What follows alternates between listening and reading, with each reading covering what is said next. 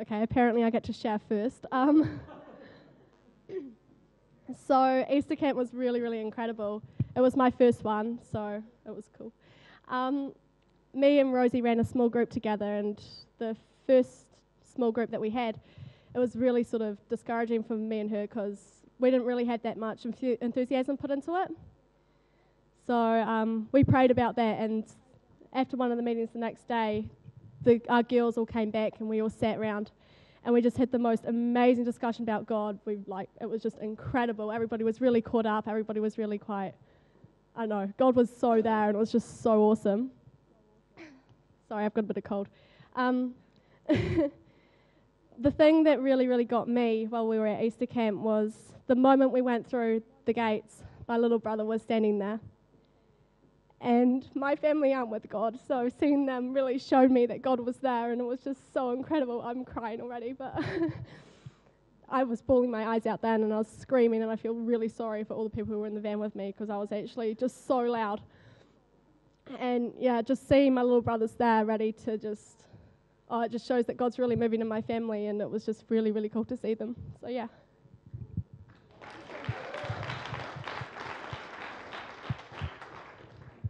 You know, Easter camp was awesome this year. This is my 6th Easter camp. And, I don't know, so 1 week ago there was about 4,100 or something people sitting in this one massive tent and, listening to the speaker on the Sunday morning. And every now and again you'd, get some drops on your head and we'd be like, oh, it's just the dew from the roof or whatever like that. And then, later on that day, someone told us that it was when 4,000 people were breathing at the same time and it drops form. And, yes, it was kind of gross, but... Yeah, but no, it was a great campaign. One of my highlights was when me and Isaac hit up the high ropes down there. When you saw the videos and stuff with 60 feet up and just having fun playing. It's like a massive playground really, and for older kids, not little ones. So, but yeah, no, it was cool. And what really hit me is this time I was a leader, so I got to see the leader's perspective of it, and just being able to run the small groups and stuff like that was real cool, and just watching over the weekend just some of our guys just grow, really come out of their shells a lot, and just talk about God, talk about stuff like that more, and just to see our whole youth come out of just grow a lot really, and just to think that if our youth is doing that, then it's awesome because there's 100 other youths that are down there and they must be kind of going through the same thing. So it's really cool to see God doing that all around the South Island at the moment, and growing in Him and stuff like that. So it's just cool because these camps are really big, kind of push you forward, push you out of your shell, because people really just come back and forget a lot of what they should be doing as Christians or what they are doing, sort of thing. So it's just cool to see what's going to happen in the next few weeks and just see our youth grow and stuff. Yeah.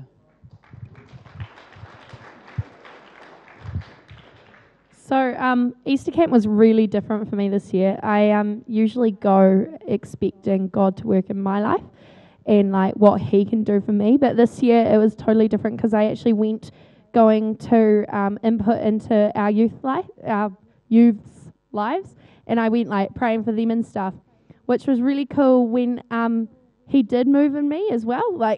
I was expecting for me to go and to pray for people and see them saved and stuff, but He actually did work in me as well, which was really cool. It was just so different this year to see the change in our youth from the first day when they weren't, we had a lot of non-Christian or non-saved people there. So it was really cool to see God working in them, even if some of them weren't saved. Their seeds were still planted, so that was cool. And then God spoke to me, I don't know, it was the third morning. We had this lady from London who came and spoke to us named Emily, and she was really cool. And she spoke to me about working in other people's lives and how things don't always happen the way you think they do. And then God kind of put a picture in my head, and it was really cool, about getting a group at school that's not a Christian group. It's not based around Christianity, but just a group that's there for girls who need someone, who have been through tough times and they just need someone to talk to. So I'm going to go back to school and see how I can head that up. And it was really cool.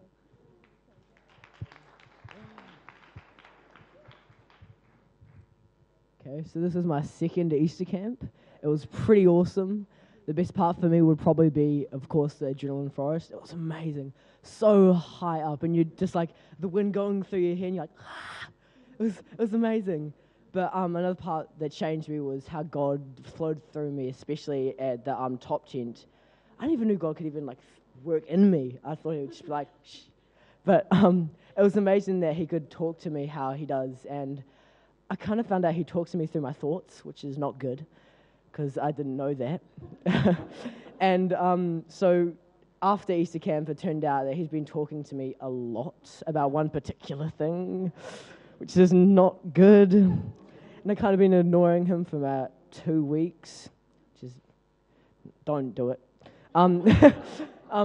I had a girlfriend that was non-Christian, completely atheist, and even the word God, she hated it. And I just couldn't stand it. I thought it was just going to be like a moving on thing. But eventually, when I came back from Easter camp, I found out that he was telling me, you shouldn't be going out with her. It's not a good idea. It's going to bring you down. And so I got like so many people to pray for me just to like make sure it was just him or it was just me being crazy. And everyone said, you know the answer, you're just trying to run away from it. And I was like, damn it. Everyone's like, you know the answer, I can feel it. And I'm like, oh, damn. So I had to do it, but afterwards I felt so much more relief and I felt so much more better. And now I'm so happy to be with God, and seeing people put their hands up, like so many people, like you look around in the big top 10, and like from here to the other side, just hundreds and hundreds of hands just putting up, and it's like, oh. It's amazing, and I can't wait to go back next year. So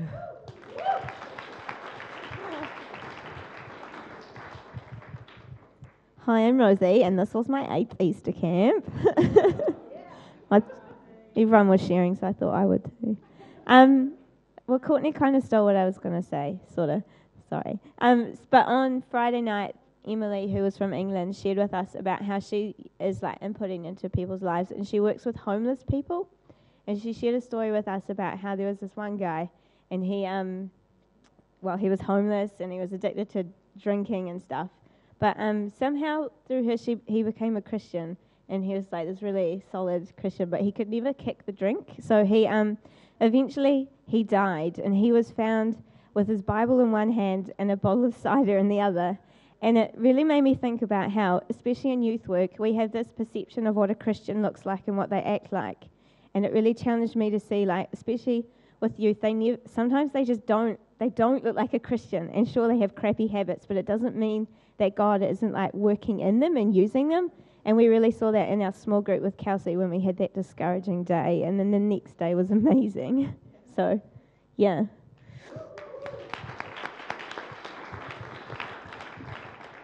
Hello. I feel loved. I haven't really prompted anything. I just don't really know what to say.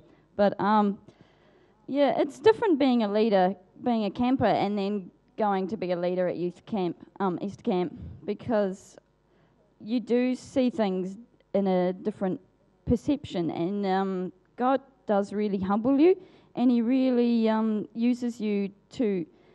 It's like being involved, and then when you become a leader, you take a step back, and you kind of see things from God's point of view, slightly isolated from the situation, and you begin to see the way that God really works in the youth. And for me, that was just amazing, because we had a few people give their lives to God. And I remember when I first met those people, I never would have imagined that would even happen. And for me, I was like, God, you're so great, because, I mean, we tend to look at things from our perspective and only we see all the obstacles and all the challenges, but God really rises up and He conquers those, and it's really humbling to see that. It's really cool. So, amen.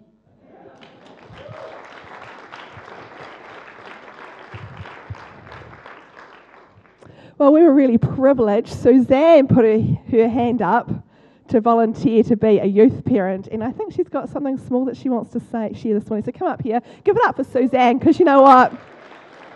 Some people would be absolutely scared to put their hand up and say, yes, I'll come and be a youth group parent. So it was awesome having you with us. You were a blessing. Well, firstly, I just want to say that it was a real privilege to be there, to be honest, and it makes you realise that even though you get older, that in your heart you're still a young person. And even though I was there amongst 4,000 young people, I actually didn't feel like I was older. I felt like I was as young as they were, because just seeing everybody have so much fun was just amazing. And God said to me, one thing he said to me is that I want you to step out of your comfort zone. And to do something like this was for me to actually step out of my comfort zone. So that's what he challenged me with, and I did. And I just thoroughly enjoyed it. And I just think the young people are amazing. I just think the whole organisation of Easter Camp is just incredible, with the work that goes into it, the leaders, all the leaders. Ingrid, I take my hat off to you. I think you do a fantastic job with the young people. I really do. I want to thank you. Yeah, I think you're amazing. And thanks to Mike too, because Mike was just the perfect camp father. He's just great. So, but, as the young people that make it, and seeing young people go on for God is the most exciting thing you can ever imagine. So, yeah, that's great.